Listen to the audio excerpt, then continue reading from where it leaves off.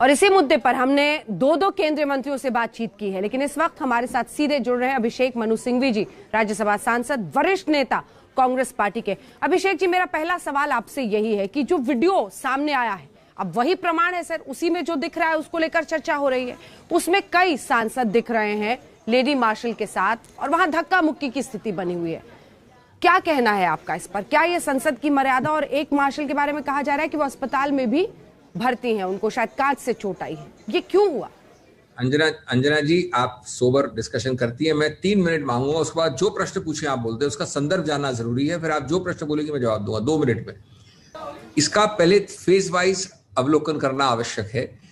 पहले 3 दिन छोड़ अगर लें, आज 12 तारीख है, अगर आप 10 तारीख लें, तब तक संसद एक प्रकार से दोनों तरफ लंबित था, दोनों संसद, दोनों हाउसेस, क्योंकि पेगासस में बड़ा अजीबोगरीब चीज कही गई कि हम डिस्कशन बाहर कर लेंगे, अंदर नहीं करेंगे, प्रधानमंत्री नहीं बोलेंगे, हम अलाउ नहीं करेंगे डिस्कशन, और हम मानते नहीं डिस्कशन करना। और हमने 2 प्रश्न पूछे सिर्फ कि आपने पेगासस से कुछ खरीदा बेचा, तो सिर्फ हाँ ना में जवाब दीजिए, कोई डिस्कशन नहीं हुआ। इसलिए पहले 2 हफ्ते गए।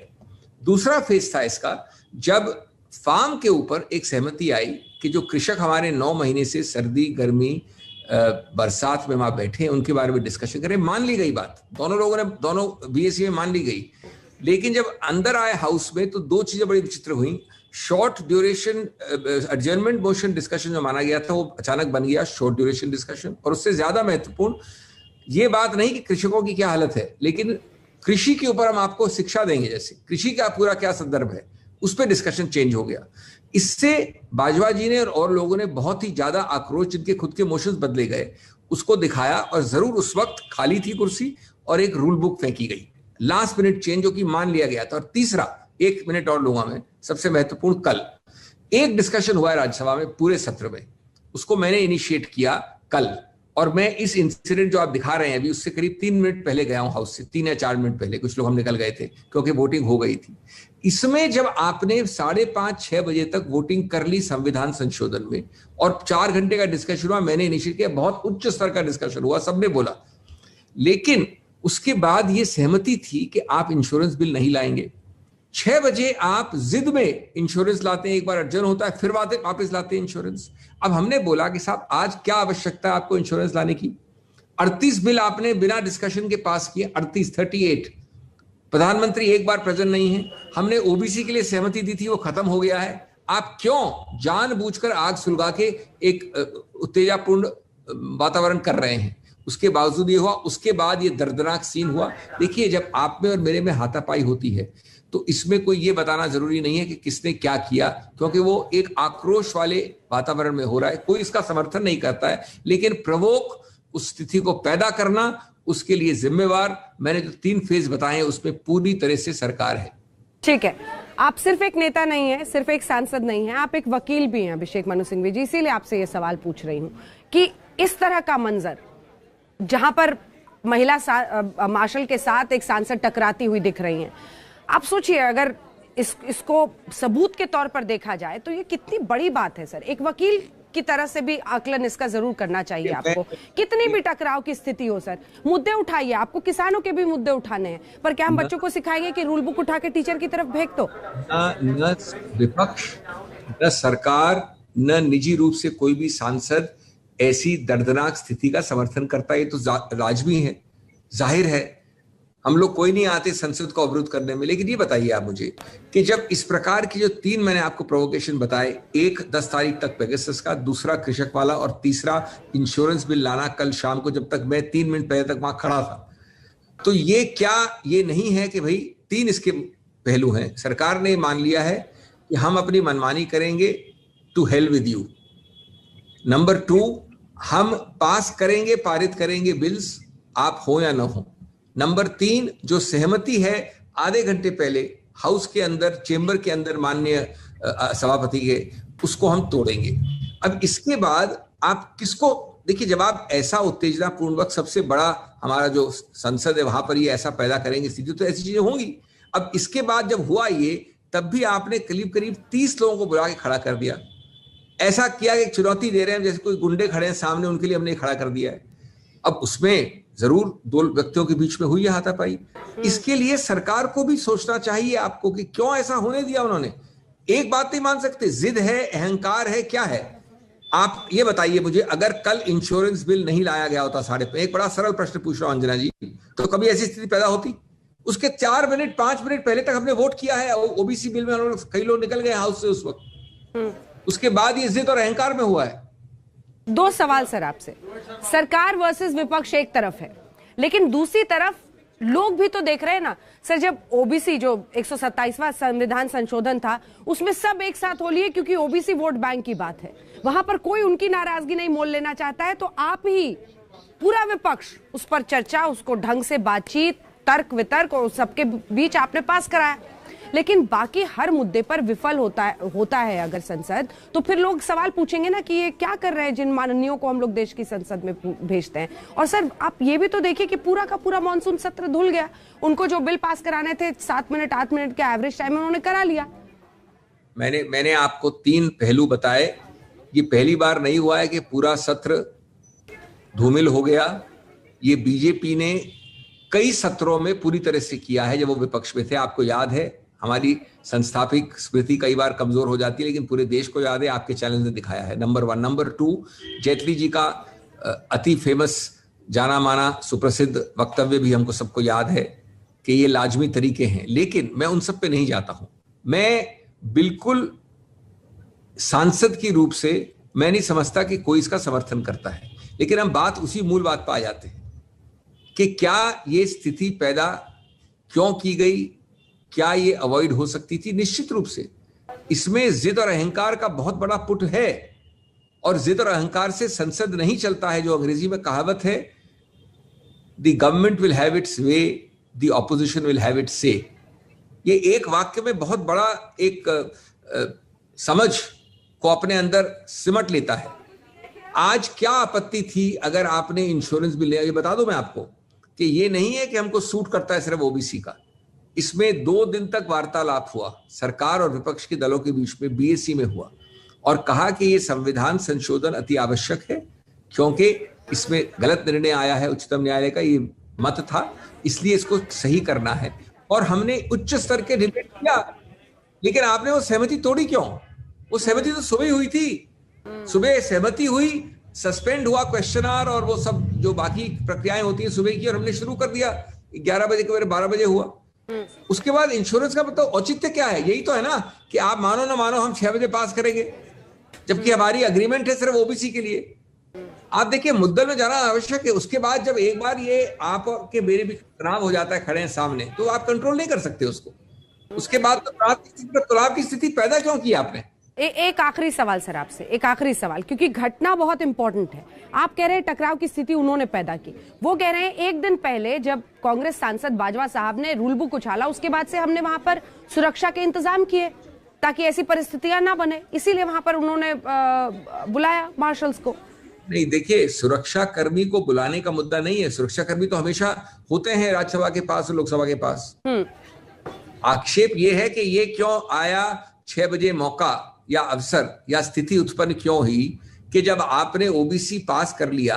3 बार जब मैं हाउस में था तो हम सब ने, विशेष रूप से खरगे जी ने, डेरेक ओब्रायन ने दूसरी पार्टी से निवेदन किया उनको, माननीय पीयूष गोयल जी को, कि अब मामला खत्म हो गया है, शाम के 5:30 6 बज गए हैं, वोटिंग हो गई है, अब आप इसको क्यों कर रहे हैं? और करना है तो कल देखेंगे, कल बात करेंगे सुबह, 2 दिन और बचे थे सत्र के।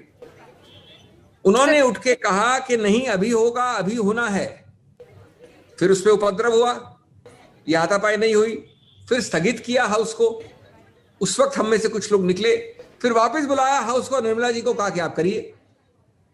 अब वो उसमें कोई न सुन सकता है, बहुत महत्वपूर्ण बिल है, हमारा मानना है कि ये निजीकरण गलत है, इत्यादि इत्यादि। ये अहंकार नहीं है, जिद नहीं है। अगर आप हमको सुन लेते, हाँ, लेकिन ये मान लीजिए अंततोगत्वा के बाद में ले जाते, कल देख लेते, यानी आज सुबह, तो क्या इतना बड़ा इसमें जो था उत्तेजनापूर्ण स्थिति 6 बजे शाम को पैदा करने की आवश्यकता क्या थी? 6 क्या 6:30? लेकिन ये वीडियो सर, एक वकील के तौर पर एक बार तो देखिए, एक वकील की नजर से इस वीडियो को देखिए। देखा है ये वीडियो 2-3 बार, दर्दनाक है। कोई भी सांसद इस तरफ का या उस तरफ का इसका समर्थन नहीं करता है, लेकिन जब हादसा होता है तो उसके मूल उत्पन्न करने के कारण में जाना आवश्यक है। ये तो पूरी तरह से अवॉइडेबल था और ये एक स्थिति क्रिएट की गई। जी। और उसके बाद आपने क्या किया कि स्थिति आप क्रिएट कर दो और फिर आप ऐसे खड़े हो जाओ तनाव होके, जैसे कोई मैं एक मुश्तन्नों के साथ खड़ा हूं, तो फिर आप उसको उपद्रव को कंट्रोल नहीं कर सकते। ये सच्चाई है। बहुत बहुत धन्यवाद आपका। जी बहुत बहुत धन्यवाद आपका अभिषेक मनु सिंघवी जी, जिनका ये मानना है कि टकराव की ऐसी स्थिति से बचा जा सकता था, लेकिन एक सांसद के तौर पर ये दुर्भाग्यपूर्ण है कि इस तरह की परिस्थिति वहां पर बनी। और इंश्योरेंस बिल जो सरकार अचानक लेकर आई, सहमति थी कि सिर्फ ओबीसी बिल पर होगा, उसको लेकर ये बवाल शुरू हुआ था। धन्यवाद आपका हमारे साथ जुड़ने के लिए। तो आपने कांग्रेस लीडर की दलील सुनी, उनके तर्क सुने, लेकिन अब हम आपको तस्वीरों की जुबानी पूरी कहानी जरा सुनाते हैं। आखिर केंद्र सरकार और विपक्ष के बीच आर पार की सियासी जंग की पूरी तस्वीर क्या है, देखिए।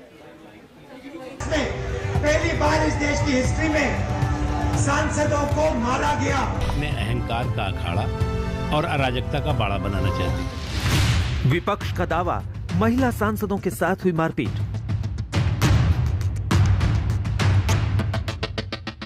सरकार का दावा, लेडी मार्शल के साथ हुई मारपीट।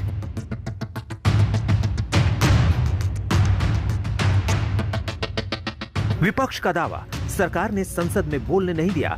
This bill is totally anti-people and it will kill the economy of this country. Doctor के केशव राव जी। सरकार का दावा, विपक्ष ने मॉनसून सत्र को चलने नहीं दिया।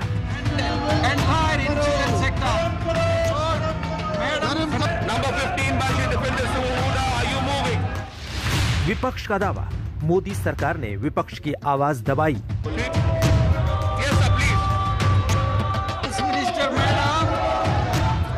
सरकार का दावा, विपक्ष ने संसद सत्र में बार बार धमकाया।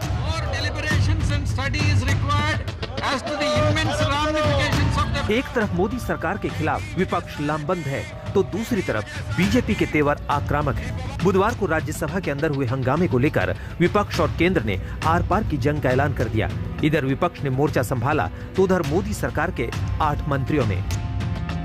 सबसे पहले सुनिए शरद पवार ने राज्यसभा के अंदर हुए हंगामे की व्याख्या अपने शब्दों में कैसे की। जिस तरह से महिला सदस्य के ऊपर हमला हो गया, ये मैंने आज तक कभी देखे नहीं। कम से कम 40 से ज्यादा महिला और पुरुष बाहर से लाए गए सदन में और एक अलग तरह की आवाज बाहर तैयार करने का प्रयास वो किया। मेरे 55 साल के पार्लियामेंट्री करियर में इस तरह की स्थिति मैंने कभी देखी नहीं थी। मुझे दुख होता है। शरद पवार ने आरोप लगाया कि राज्यसभा में मार्शलों ने सांसदों के साथ जबरदस्ती की। विपक्ष ने एक सुर में ये भी आरोप लगाया कि महिला सांसदों से बदसलूकी की गई। इसी आरोप को लेकर विपक्ष ने प्रोटेस्ट किया। आज सुबह विपक्ष ने मीटिंग की और कांग्रेस सांसद राहुल गांधी की अगुवाई में विपक्ष की करीब 15 पार्टियों ने संसद से विजय चौक तक मार्च निकाला। राहुल गांधी ने मोदी सरकार पर बड़ा हमला बोला। चेयरमैन की क्या जिम्मेदारी है? चेयरमैन की जिम्मेदारी हाउस को चलाने की है। चेयरमैन ने हाउस को पिछले दिनों में क्यों नहीं चलाया? स्पीकर ने क्यों नहीं चलाया? यहाँ हाउस में कौन किस प्रकार से विपक्ष को रोक रहा है?